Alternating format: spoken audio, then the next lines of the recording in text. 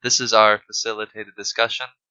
We're Group 8, and we're going to be talking about computer security today. We have me, Jack, Jessica, Matthew, and Colin. I'm going to start off by talking about hacking in general.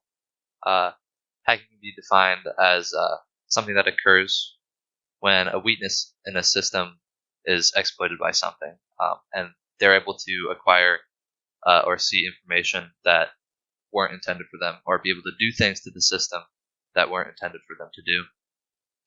People who hack computers are usually called security hackers, and the term hackers is normally used just to describe people who are good with computers.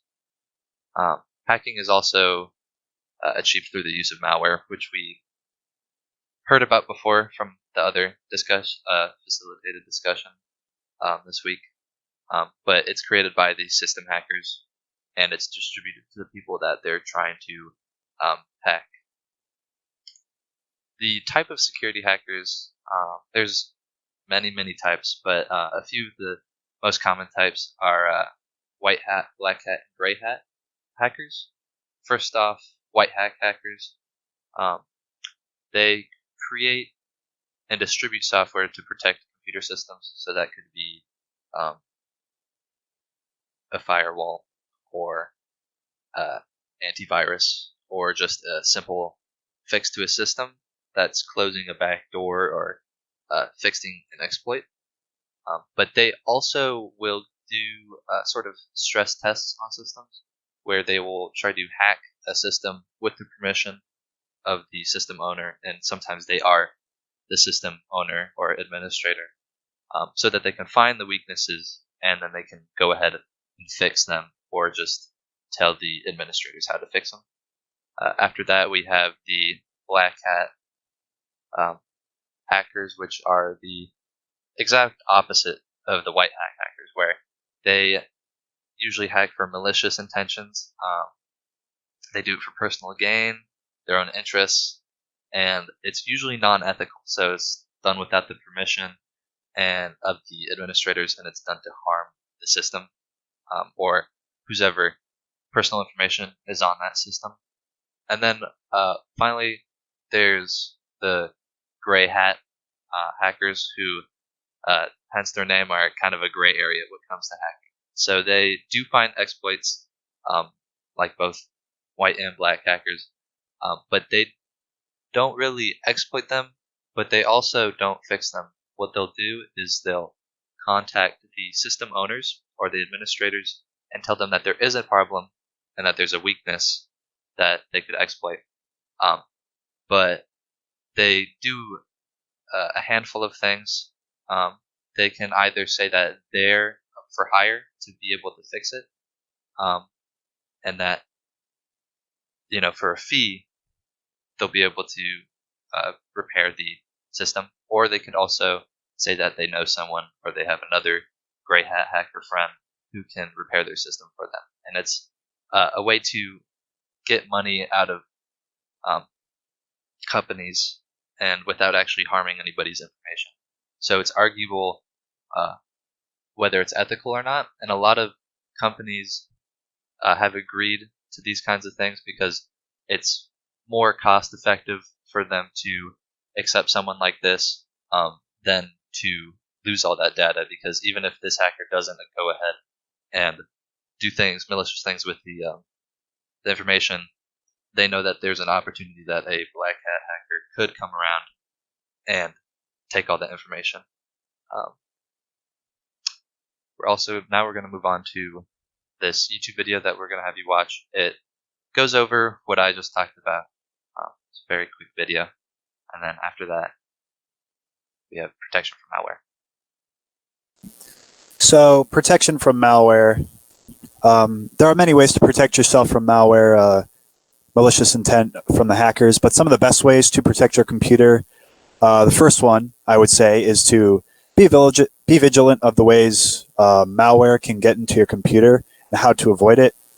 Most of us here are comp sci majors or related fields who probably know how to keep malware and other malicious software off our computers because we know our way around computers, but the average person would probably need some help in order to stay vigilant on how to keep malware off their computer.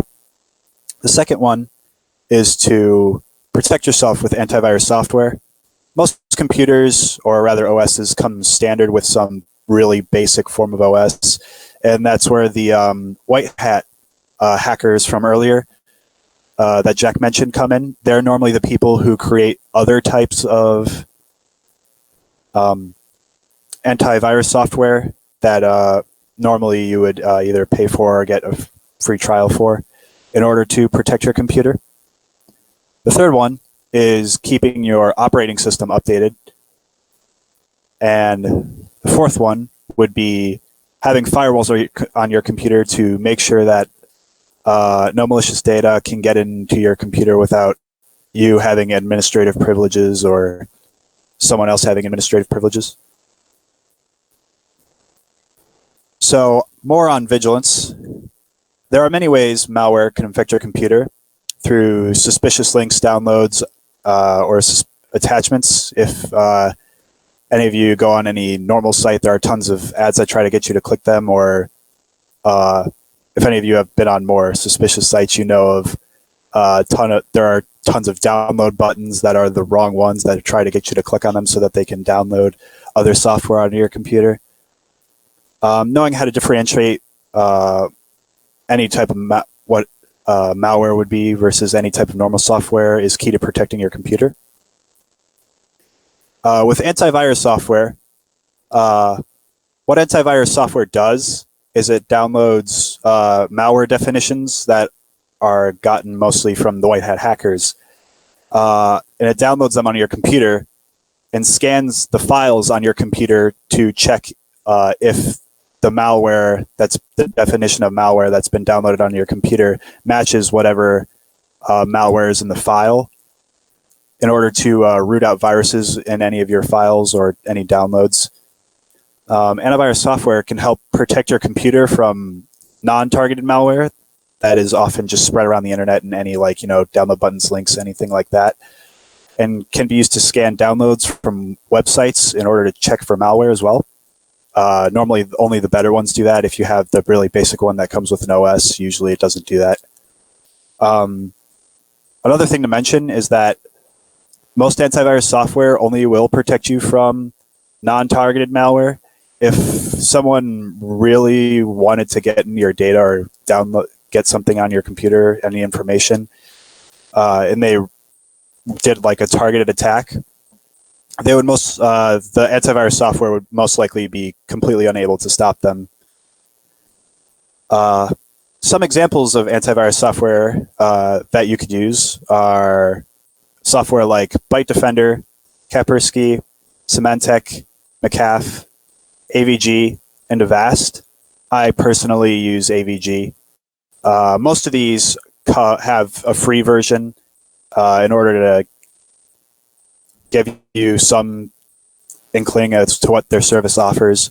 And then they come with a paid version if you want to do other stuff like protect more of your data or keep things other than malicious software safe.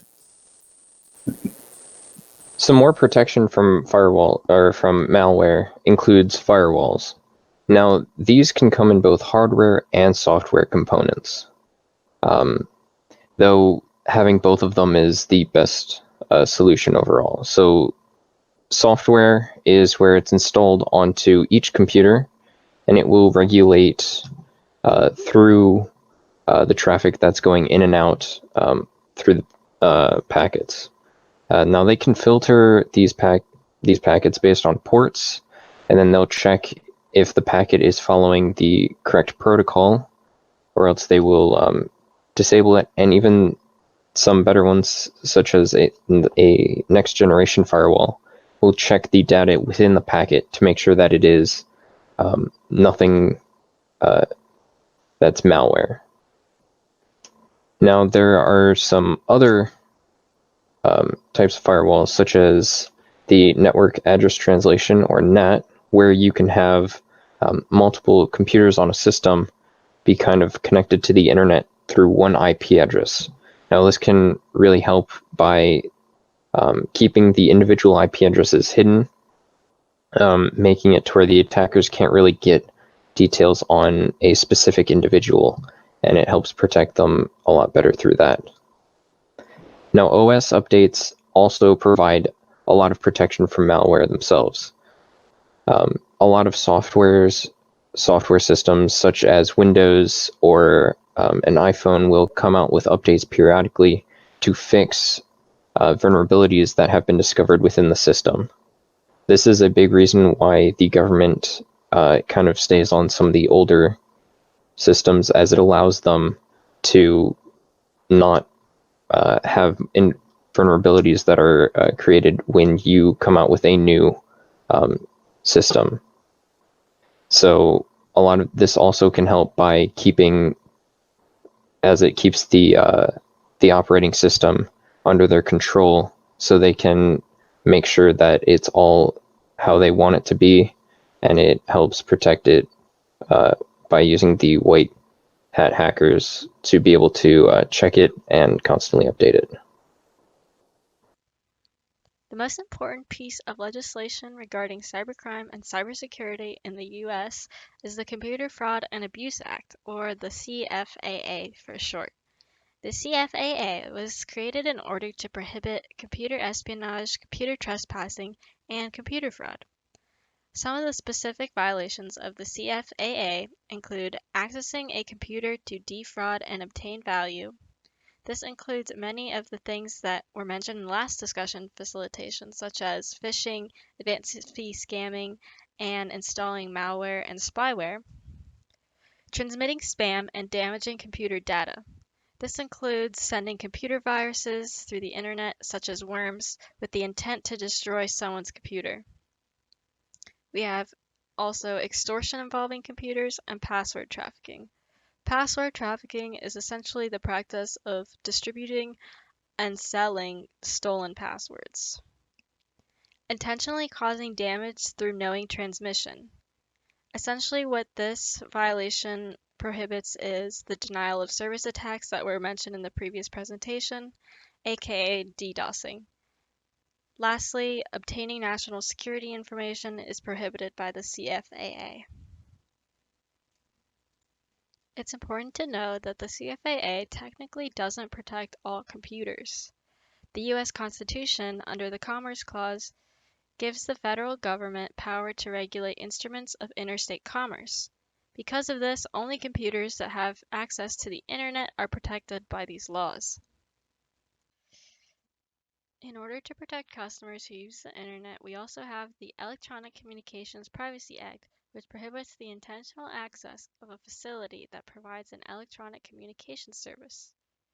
This law was put in place to prevent people from hacking into companies that were specific to online communications, such as email service providers or online direct messaging apps, and even employers who simply provide business email addresses to their employees.